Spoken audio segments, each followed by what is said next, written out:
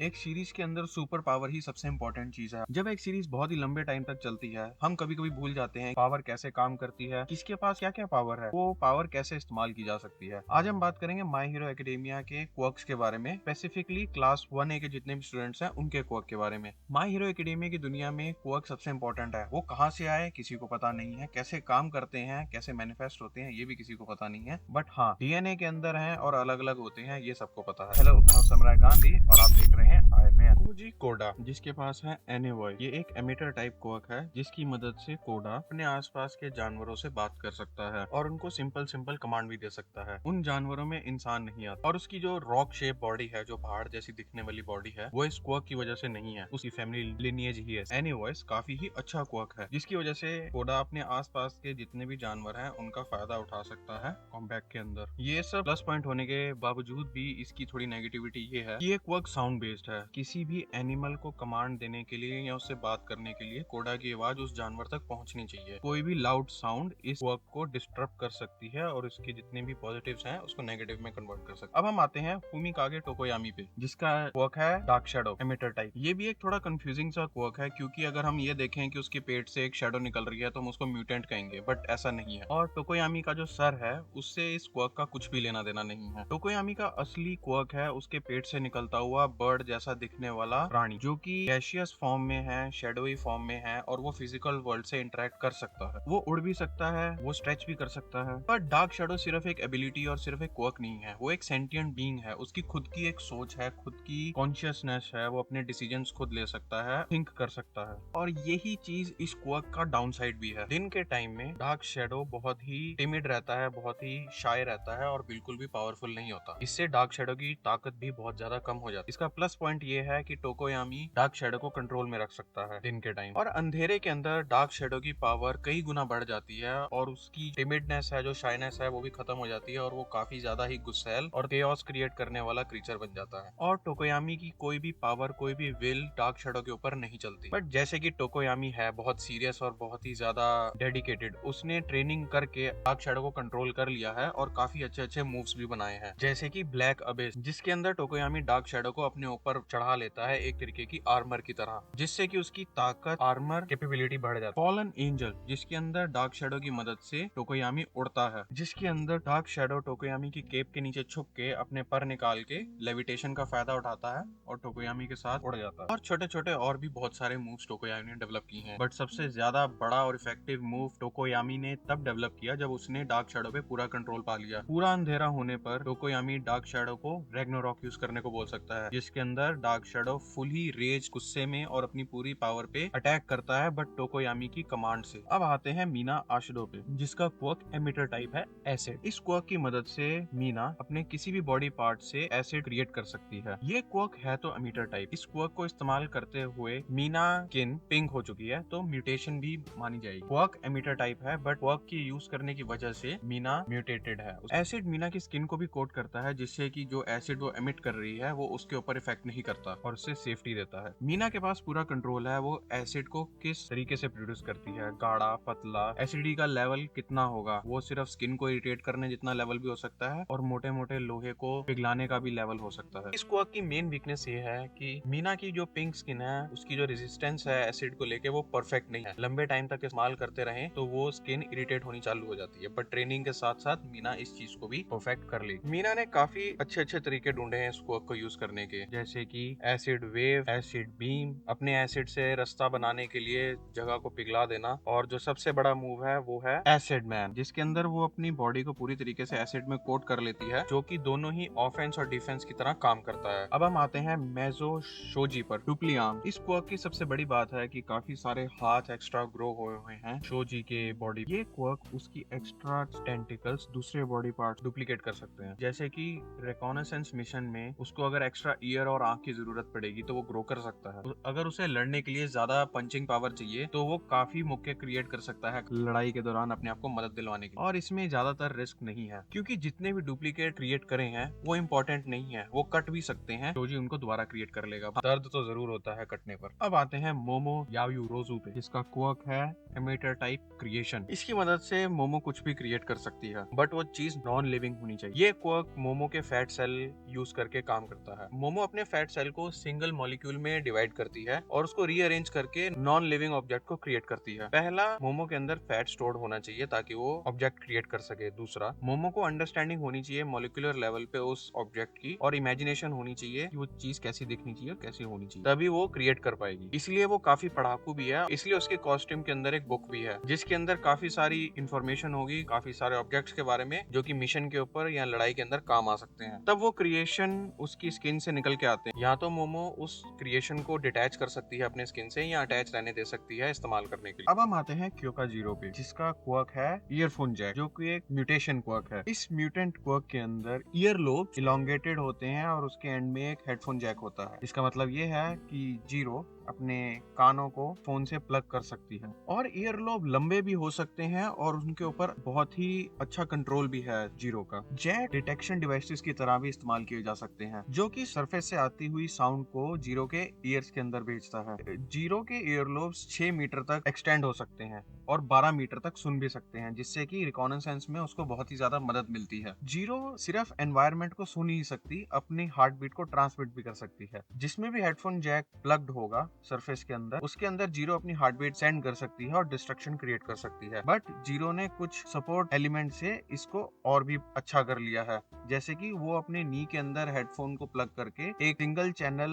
Amplifier की तरह इस्तेमाल कर सकती है वॉइस को भेजने के लिए। अगर उसको ज्यादा ही फ्लेक्सिबिलिटी चाहिए तो उसके आर्म्स में 2 स्पीकर लगे हुए हैं, वो उससे भी अपना अटैक कर सकती है। अब हम आते हैं डेंकी कामिनारी पे। उसका क्वर्क है इलेक्ट्रिफिकेशन। इस क्वर्क की एक्सप्लेनेशन बहुत सिंपल है। डेंकी इलेक्ट्रिसिटी पैदा करता है कहीं से भी अपनी बॉडी से। वो इलेक्ट्रिसिटी हर डायरेक्शन में जाती है जब वो डिस्चार्ज करता है, जिससे कि उसके दोस्तों पर भी बहुत ही ज्यादा खतरा आ जाता है जो कि आसपास होते हैं अटैक के टाइम। और डेंकी के खुद के ऊपर भी का असर बहुत अच्छा नहीं है। डेंकी कुछ ही टाइम तक इलेक्ट्रिसिटी को टॉलरेट कर सकता है और उसके बाद उसका दिमाग शॉर्ट सर्किट होकर शट डाउन हो जाता है, और डेंकी को दोबारा ठीक होने में कम से कम 1 घंटा लगता है। हालांकि डेंकी का दिमाग तो सीमित ही है, बट सपोर्ट इंजीनियर्स की मदद से उसने जो हर डायरेक्शन में उसकी इलेक्ट्रिसिटी जाती है उस पर काबू पाने की कोशिश करी है और कामयाब भी हुआ है। उसका शार्प शूटर क्वर्क से वो डिस्क लॉन्च करता है और वो डिस्क हर जगह जाके चिपक जाती है जहाँ पे वो चाहे, और फिर डेंकी की इलेक्ट्रिसिटी उसी डिस्क से अट्रैक्ट होती है, उसकी इलेक्ट्रिसिटी को एक डायरेक्शन मिल जाती है। अब हम आते हैं टेनिया ईडा पे, जिसका क्वर्क है इंजन। ये भी एक म्यूटेंट क्वर्क है, जैसा क्वर्क का नाम है वैसा ही हमको मिलता है। टेनिया ईडा की काफ मसल्स पे इंजन आए हुए हैं और उसके बड़े भाई इंजन आए हुए हैं वो बाइसेप्स पे हैं। तो इस फैमिली के अंदर ये इंजन कहीं पे भी आ सकते हैं। टेनिया इस इंजन का इस्तेमाल स्पीड के लिए करता है, और इंजन गर्म हो जाते हैं तो वो इस्तेमाल नहीं कर सकता। इंजन कूल रख के टेनिया अच्छी खासी स्पीड और किक मार सकता है इस क्वर्क से। इस क्वर्क को स्ट्रेंथ करने के लिए थोड़ा एक्सट्रीम स्टेप्स लेने पड़ते हैं, जैसे कि जो एग्जॉस्ट है उसको निकालना पड़ता है बार बार, उसको स्ट्रेंथ करना होता है, फिर एग्जॉस्ट निकालना होता है ताकि स्ट्रेंथ होता जाए। जैसे ही हम मसल ट्रेनिंग करते हैं, मसल को स्ट्रेंथ करते हैं, मसल टूटती है फिर रिबिल्ड होती है, वैसे ही टेनिया अपने इंजन को भी स्ट्रेंथन करता है। अब हम आते हैं कात्सुकी बाकुगो पे, जिसका क्वर्क है एक्सप्लोजन, जिसके अंदर बाकुगो के हाथों से जो पसीना निकलता है वो आग लगा सकता है, डेटोनेट कर सकता है अपनी मर्जी। बाकुगो अपने स्वेट को स्टोर भी कर सकता है, और जब ज्यादा स्टोर हो जाता है तो ज्यादा बड़ा एक्सप्लोजन कर सकता है ग्रेनेड्स के अंदर और बाकी सपोर्ट आइटम्स के साथ। वो और भी बहुत कुछ कर सकता है। ये बाकुगो के कंट्रोल के अंदर है, तो सेकेंडरी स्वेट निकाल रहा है एक्सप्लोजन के लिए, जो कि नाइट्रोग्लिसरीन को मिमिक करता है, अगर मैं बताना भूल गया हूँ तो। बट कुछ एनवायरमेंटल फैक्टर्स भी हैं जिसके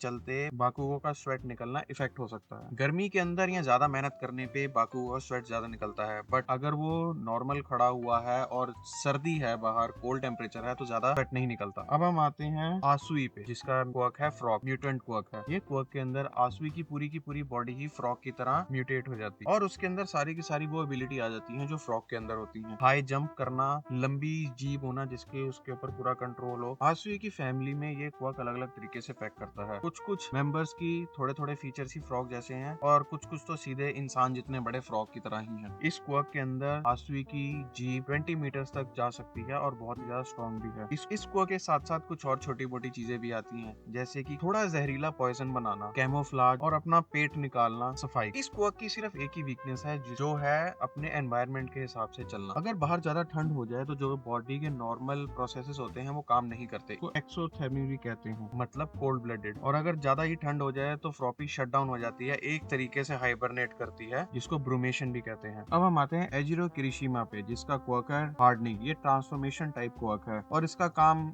मेनली वही है जो इसके नाम में है, हार्डनिंग। वो अपनी बॉडी को हार्ड कर सकता है, बट वो हार्डनिंग परमानेंट नहीं है। ज्यादा ही डैमेज लेने के बाद वो हार्डनिंग खत्म हो जाती है, बट ये क्वर्क अच्छे ही ऑफेंस और अच्छे ही डिफेंस के लिए काम आता है। अब टोरू हगाकुरे पे आते हैं, जिसका क्वर्क है इनविजिबिलिटी। ये एक म्यूटेंट क्वर्क है क्योंकि हगाकुरे की बॉडी परमानेंट ही इनविजिबल हो चुकी है। टोरू की स्किन ऐसे रिफ्रेक्ट करती है लाइट को कि वो इनविजिबल हो जाती है। टोरू ने अपनी रिफ्रैक्शन को कंट्रोल करना सीख लिया है, जिससे कि वो अंधा करने वाली फ्लैश कर सकती है, थोड़ी सी बीम को भी इधर उधर कर सकती है, लाइट बीम को भी अटैक करने के लिए और थोड़े टाइम के लिए डिस्ट्रैक्ट करने के लिए, बट इनविजिबिलिटी परमानेंट है। अब हम आते हैं युगा आयोयामा पे, जिसका क्वर्क है नेवल लेजर। ये एक एमिटर टाइप क्वर्क है। इस क्वर्क के अंदर नाभि से लेजर निकलती है। सूट के अंदर थोड़ी मॉडिफिकेशन करने के बाद ये लेजर किसी और पार्ट से भी फेंकी जा सकती है। इस लेजर का साइज, गर्द, कितनी ब्राइट है, कहाँ दूर तक जाती है, ये सब कुछ ऑल्टर किया जा सकता है। नेवल लेजर के रिकॉइल से, मतलब उसके धक्के से, आयोयामा अपने आप को प्रोपेल भी कर सकता है, बट आयोयामा के लिए ये नेवल लेजर इस्तेमाल करना भारी पड़ता है, क्योंकि ओरिजिनली ये क्वर्क उसका नहीं है। जैसा कि हमें मांगा के अंदर पता है, अभी एनिमेट नहीं हुआ है, उसकी बॉडी ये क्वर्क हैंडल नहीं कर पाती और वो बार बार वॉमिट करता है ज्यादा इस्तेमाल करने पे। उसको ये नेवल लेजर चेक रखने के लिए एक परमानेंट बेल्ट डालनी पड़ती है। अब हम आते हैं शोतो तोदोरुकी पे, जिसका क्वर्क है हाफ कोल्ड हाफ हॉट। ये एक एमिटर टाइप क्वर्क है। ये क्वर्क स्पेसिफिकली एंडेवर ने क्रिएट किया था, जब एंडेवर और रिये की शादी हुई थी और शोतो पैदा हुआ था, और शोतो ने ये दोनों एबिलिटी इनहेरिट करी थी। ये क्वर्क इतना अच्छा है कि ये बैलेंस करता है दूसरे क्वर्क को। ज्यादा ठंडे हो जाओ तो गर्म करने के लिए हमारे पास दूसरी साइड है, ज्यादा गर्म हो जाए तो दूसरी साइड है हमारे पास ठंडा करने के लिए। इससे टेम्परेचर को रेगुलेट करने में बहुत ही ज्यादा आसानी होती है। शोतो की इज्जत करनी पड़ेगी या शोतो की तारीफ करनी पड़ेगी, क्योंकि वो बहुत ही बड़ी आइस वॉल भी क्रिएट कर सकता है और बहुत ही ज्यादा गर्म आग भी फेंक सकता है। बट शोतो की क्वर्क की लिमिटेशन ये है कि वो सिर्फ अपने ही पैदा करी हुई आइस और फ्लेम को कंट्रोल कर सकता है। बाहर किसी भी आइस को या बाहर किसी भी आग को वो कंट्रोल नहीं कर सकता। पहले हमें यही पता था कि शोतो के बॉडी की हाफ साइड कोल्ड है और हाफ साइड हॉट है और वो आइसोलेटेड है, बट रिसेंट इवेंट में हमें ये पता चला है कि ये सिर्फ साइकोलॉजिकल है। शोतो चाहे तो ये बदल भी सकता है, मिक्स भी कर सकता है, बट उसने अभी तक ऐसा किया नहीं और वो ट्रेनिंग के साथ इसको कॉन्कर कर सकता है। अब मिनोरू मिनाता पे आते हैं, जिसका क्वर्क है पॉप ऑफ। ये एक म्यूटेंट क्वर्क है। इसके अंदर मिनोरू के सर पे एक चिपचिपे गोले पैदा होते हैं जो किसी भी चीज से चिपक जाते हैं उसको छोड़ के, जिससे कि ट्रैप बनाने में बहुत ही ज्यादा आसानी होती है और बाउंस करने में भी बहुत ही ज्यादा आसानी होती है मिनोरू को, क्योंकि वो उससे नहीं चिपकते। मिनोरू के पॉप ऑफ के गोले उसकी हेल्थ से रिलेटेड है। अगर मिनोरू अच्छा फील नहीं कर रहा है तो उसकी पॉप की चिपकने की शक्ति भी कम होगी, और मिनोरू अगर इस क्वर्क को ज्यादा इस्तेमाल करता है तो उसके सर से खून निकलने लग जाता है, जिससे कि उसकी हेल्थ ठीक नहीं होती और जिससे ऑप की कमजोरी बढ़ जाती है। और इसका एक कूल डाउन पीरियड है, जिसके बाद वो दोबारा ऑप को इस्तेमाल कर सकता है उसके फुल कैपेबिलिटी पे। अब हम आते हैं हांता शैरो पे, जिसका म्यूटेंट टाइप क्वर्क है टेप। जैसा कि नाम में ही पता चल रहा है, हांता शैरो की एल्बो पे टेप डिस्पेंसर लगे हुए हैं जहाँ से वो टेप निकाल सकता है। हालांकि ये बताया गया है कि ये टेप अनलिमिटेड नहीं है, बट आज तक हमने इसको खत्म होते हुए नहीं देखा। शैरो अगर इस टेप का ज्यादा इस्तेमाल करेगा तो उसको ड्राई स्किन की प्रॉब्लम होती है। ये टेप काफी वर्सेटाइल है और काफी स्ट्रॉन्ग भी। ये दुश्मनों को बांधने के काम आ सकती है, और ये टेप शैरो चाहे तो अपनी एल्बो से जुड़े भी रख सकता है और काट के अलग भी कर सकता है। इस टेप से वो बिल्डिंग से स्पाइडरमैन की तरह झूल भी सकता है और बहुत ही वर्सेटाइल चीजें कर सकता है। जहां तक टेप का इस्तेमाल किया जा सकता है वो इस्तेमाल कर सकता है। अब हम आते हैं रिकीडो सातो पे। एमिटर टाइप क्वर्क है शुगर रश। इसके अंदर हर 10 ग्राम शुगर इनटेक पे यूजर की पावर 5 टाइम्स बढ़ जाती है 3 मिनट के लिए, बट वो बेवकूफ भी बन जाते हैं क्योंकि उनको हाइपोग्लाइसीमिया हो जाता है। इसका मतलब शुगर ज्यादा बढ़ जाती है तो ब्रेन का फंक्शन कम हो जाता है, बट वो बहुत ही ज्यादा स्ट्रांग हो जाता है और ये चीज कॉम्बैक्ट में बहुत ही इंपॉर्टेंट है। अब हम आते हैं ओजिरो पे, जिसका म्यूटेंट टाइप क्वर्क है टेल। ओजिरो के पास टेल है, वो काफी ही ज्यादा मस्कुलर है, स्ट्रॉन्ग है, सपोर्ट देने में काम आती है, बैलेंस बनाने में भी काम आती है। अब हम मेन हीरोइन पे आते हैं, उचाको उरुराका। Zero gravity emitter type quirk है। उचाको हर फिंगर के ऊपर इंडिविजुअल पैड है। वो 5 पैड को टच करके किसी भी चीज को ग्रेविटी की पुल से फ्री कर सकती है और फ्लोट करने में उस चीज की मदद करती है। अपोजिट हैंड की फिंगर्स को टच करके एक दूसरे से उस एंटी ग्रेविटी का इफेक्ट कम कर सकती है। ये बहुत ही सिंपल पावर है, बट इस सिंपल पावर से बहुत ही ज्यादा डिस्ट्रक्शन भी क्रिएट की जा सकती है और दुश्मन को पकड़ने में मदद भी ली जा सकती है। काफी ट्रेनिंग के बाद उचाको अपने आप को फ्लोट करने में भी कामयाब हुई है। इस क्वर्क की एक ही डाउन साइड है कि एंटी ग्रेविटी इंसानों के लिए नहीं बनी हुई। ग्रेविटी के साथ जीना सीखा है इंसानों ने, इंसान इन्वॉल्व ग्रेविटी के साथ हुए हैं, तो उचाको को नौजिया हो जाता है, चक्कर आते हैं और वॉमिट भी होती है। सीरीज का सबसे important quirk one for all, ये एक्यूमुलेशन और एमिटर क्वर्क है। मैं पहले ही बोल दूं, अगर आपको स्पॉयलर्स नहीं चाहिए तो ये पार्ट बिल्कुल छोड़ दीजिए और स्किप कर दीजिए इस वीडियो को।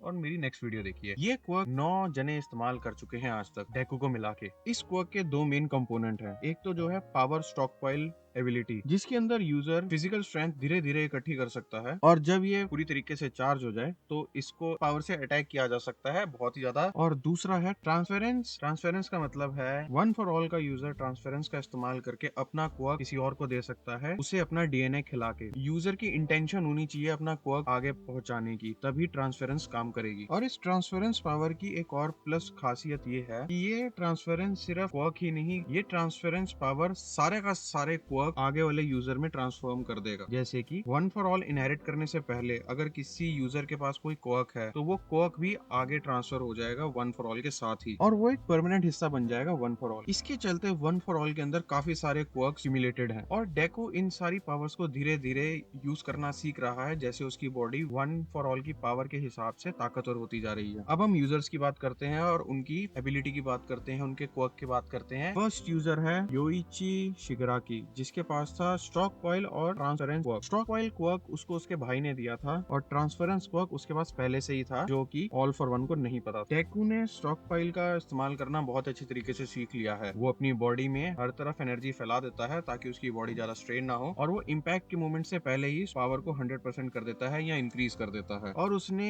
इस क्वर्क से निकले एयर प्रेशर को भी वेपनाइज कर लिया है, जो कि लॉन्ग रेंज अटैक के लिए बहुत ही अच्छा है। अब हम आते हैं फाजिन पे, जो कि थर्ड यूजर को बिलोंग करती थी। इस क्वर्क के अंदर डेकू रेगुलर मूवमेंट के साथ साथ किनेटिक एनर्जी स्टोर कर सकता है। रेगुलर मूवमेंट जैसे चलना, स्ट्रेच करना, एक्सरसाइज करना, इनके साथ साथ वो बहुत ही ज्यादा किनेटिक एनर्जी स्टोर कर सकता है और अपनी विल से उस एनर्जी को रिलीज कर सकता है। ये क्वर्क प्लस स्टॉकपाइल क्वर्क बहुत ही ज्यादा डेविस्टेटिंग रिजल्ट्स देंगे अगर ढंग से इस्तेमाल किए जाए तो। अब हम आते हैं डेंजर सेंस पे, जो कि हिकागे शिनोमोरी का क्वर्क है, जो कि फोर्थ यूजर है ऑल फॉर वन। ये क्वर्क स्पाइडर सेंस की तरह काम करता है, जो कि इनकमिंग डेंजर से यूजर को अलर्ट कर देता है, और इसकी सेंसेशन बहुत पेनफुल होती है दिमाग के अंदर। और ये क्वर्क सिर्फ उसी अटैक को रोक सकता है जो कि बहुत ही ज्यादा फास्ट ना हो। अगर वो अटैक बहुत ही ज्यादा फास्ट है और रोका नहीं जा सकता तो डेंजर सेंस उसका कुछ भी नहीं कर सकता। अब हम आते हैं ब्लैक विप के ऊपर, जो कि डाइगोरो बांजो का क्वर्क है, जो कि फिफ्थ यूजर था ऑल फॉर वन का। इस क्वर्क के अंदर एनर्जी विप निकलती है यूजर्स के हिसाब से, और वो यूजर इस विप को किसी भी तरीके से कंट्रोल कर सकता है, और ये विप किसी भी तरीके की शेप और फॉर्म ले सकती है। इस क्वर्क की पॉसिबिलिटीज एंडलेस हैं। इससे स्पाइडरमैन की तरह झूला भी जा सकता है, किसी को कैद भी किया जा सकता है, बांधा भी जा सकता है, तो ये क्वर्क बहुत ही ज्यादा वर्सेटाइल है। अब हम आते हैं स्मोक स्क्रीन पे, जो कि एन ने यूज किया, 6 यूजर था वन फॉर ऑल का। और स्मोक स्क्रीन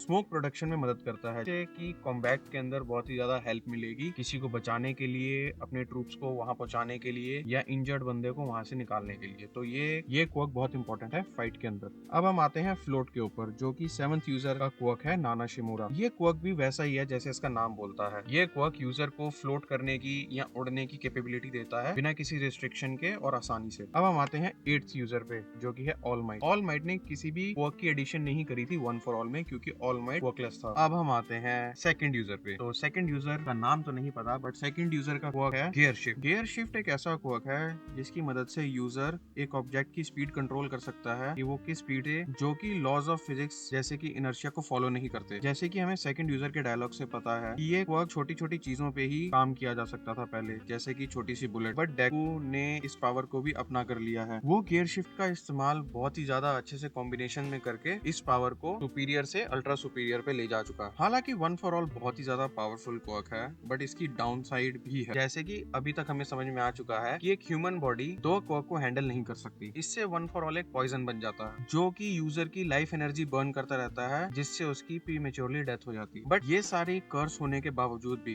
डेकू और ऑल माइट इस कर्स से मुक्त हैं, क्योंकि उनके पास क्वर्क नहीं था पहले से ही, और उनकी बॉडी वन फॉर ऑल से लड़ नहीं रही। बट डेकू को स्पेसिफिकली वन फॉर ऑल के लिए अपनी बॉडी को ट्रेन करना पड़ा, ताकि उसकी बॉडी इतनी ज्यादा पावर से डिस्ट्रॉय ना हो जाए। तो ये थे सारे के सारे क्वर्क्स क्लास 1A के। हमें बहुत ही ज्यादा नए नए क्वर्क्स के बारे में पता चला और रिफ्रेश भी हो गए। So thank you so much for watching. अगर आपके पास कोई सजेशन है वीडियो का तो कमेंट सेक्शन में लिख के जरूर बताइएगा, मैं बनाने की कोशिश करूंगा। आप देख रहे थे, सुन रहे थे मैं हूं Samrai Gandhi. You next time, bye.